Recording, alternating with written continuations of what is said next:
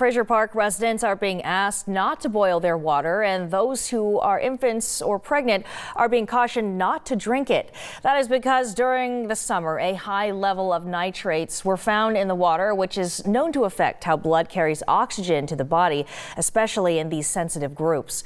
23 ABC's Vanya Patino went out to Frazier Park to speak with a concerned resident and the water district about why this happened and what solution they're working on. This is one of the letters that the community members here in Frazier Park have been getting month after month. The resident I spoke with says he just wants clean water. Meanwhile, the water district manager tells me there are several reasons why they will probably have to keep sending these out for a while. There are people that don't read mail like this. There are people that have no idea that their water is being poisoned. If they have small children, if they have pregnant women, it's going to affect them. At 63 years old, Jose Guardado knows he doesn't fall under the main people at risk, which are infants who can die from consuming water with high levels of nitrate, also known as blue baby syndrome. But Guardado has had 2 strokes and says his partner Barbara has health issues related to oxygen. It hurts me.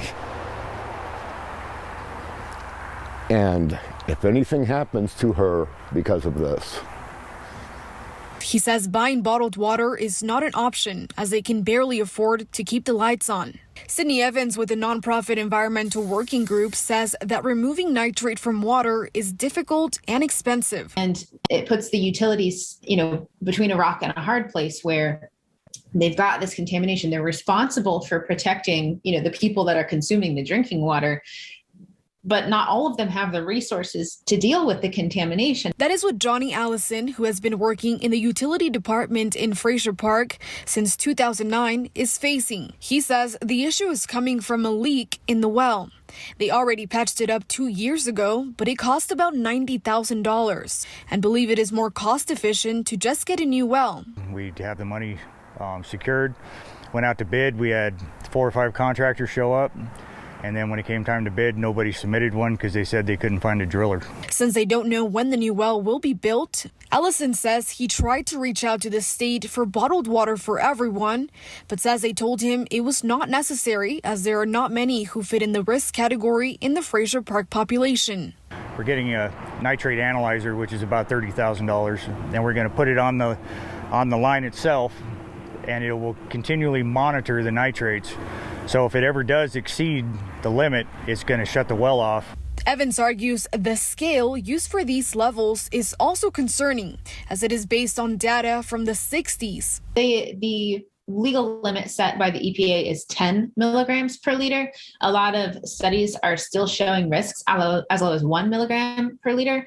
And the health guideline that EWG supports based on a peer-reviewed study of multiple studies is just 0.14 milligrams per liter. To put it into perspective, she says that is like a drop of water in a pool. And although most health issues occur when the water has been polluted for long periods of time or the levels are extremely high, she says people should still know what is in their water. Needing community and source water protections and community change, because there are a lot of people that are not in a position for one reason or another to treat their own drinking water. And that's not fair and that's not equitable. Evans says her group is working across the country to have the EPA revise the scale to better reflect the data in the new science.